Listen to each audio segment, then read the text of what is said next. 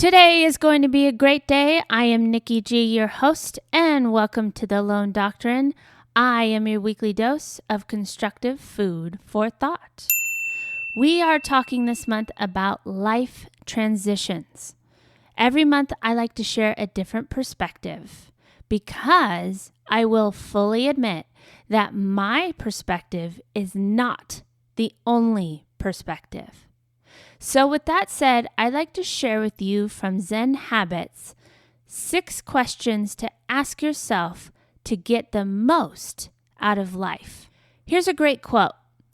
And in the end, it's not the years in your life that count. It's the life in your years. That's by Abraham Lincoln. I love reading lists of things to do before you die. But after reading several of these lists, I've realized that each list is a very personal thing. It can only apply to the writer of the list and not to all human beings in general. No such list can do that. And think about this. If you're trying to follow a list of things to do before you die, trying to check things off the list just to say you've done it, what's the point?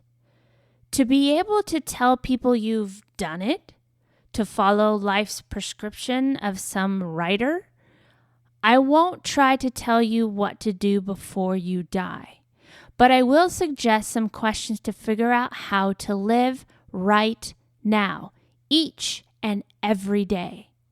Because you never know how much time you have left, and trying to cram in a list of things into that unknown time can be futile. Instead, live every day to the fullest. Get the most out of life. So here's 6 questions to ask yourself. Number 1, who do I love and what am I doing about it? When someone passes away, you realize that you never know how much time you have with the people you love. They can go at any time, as can you. And so you must make the most of this time. If you aren't spending time with the people you love, change that. If you're holding a grudge against a family member, let it go or reconcile. If you've done something to hurt a loved one, ask for forgiveness. Drop the pride and make up. If you haven't seen someone in a while, call them now to set up a date. Here's the second question. Am I pursuing my dream or is fear stopping me? What have you always wanted to do? Maybe something you still want to do but are afraid of failing. What fears are stopping you? And what would be the worst that could happen if you overcame those fears and pursued your dream? If you're already pursuing your dream, pat yourself on the back. You're doing awesome. Here's the third question. Am I doing something that matters? There's a difference between doing work and doing work that really matters.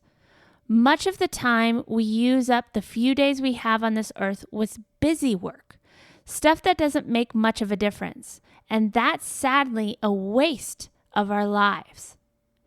Recently on Dumb Little Man, writer Allie Hale suggested you ask yourself, will this matter in 5 years?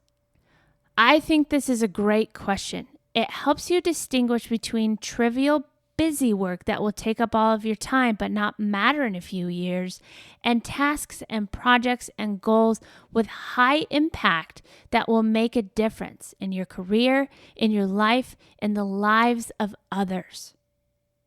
Question number 4, what am I doing to help others? Kind of ironic. You get most out of life not just by taking what you can for yourself, but by giving to others. What have you done lately to help people? Have you been kind to people? Have you been compassionate? Have you been there for anyone? Have you just stopped to listen? Have you volunteered? If you're not doing anything to help others, this is a good time to figure out that one thing you can do for someone and put it into action. Ask this question on a regular basis, and you will make a habit out of kindness. Only a life lived for others is a life worthwhile, by Albert Einstein. Here's the 5th question. Am I as good a person as I want to be? I ask this of myself all the time. Sometimes when I'm impatient or selfish or less than helpful, I think back on what I've said and done and realize that I could have done better. Instead of beating myself up about it, I endeavor to try harder, to remember to allow my better angles to guide me, to rise above the trivialities of life to a higher plane. It's not easy to be a good person, at least not all of the time. It's easier to be selfish without thinking about it, but is that how you want to be remembered?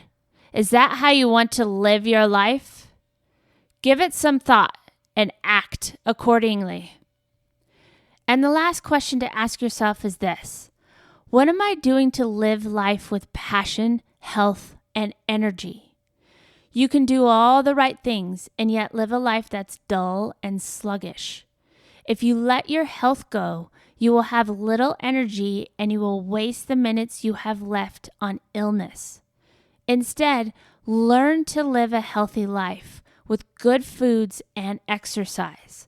This will lead to more energy in your life, and then direct that energy into something you're passionate about. If you haven't found that passion or passions, start looking. Today is the day. I'll leave you with this quote. We are always getting ready to live, but never living. I want you to go back and write down these questions and take some time to write down your answers. Remember, even as I share this perspective from someone else, this can be taken a million different ways because with each person, we each have our unique individuality. I encourage you to start keeping a journal, to allow yourself to get to know yourself better and to build your toolbox in making this life amazing. In order to find peace of mind, in order to live a full and abundant life. The question is, are you always getting ready to live, but never really living? Take some time to think today. I hope this podcast made you think. And until next time, keep fighting the good fight.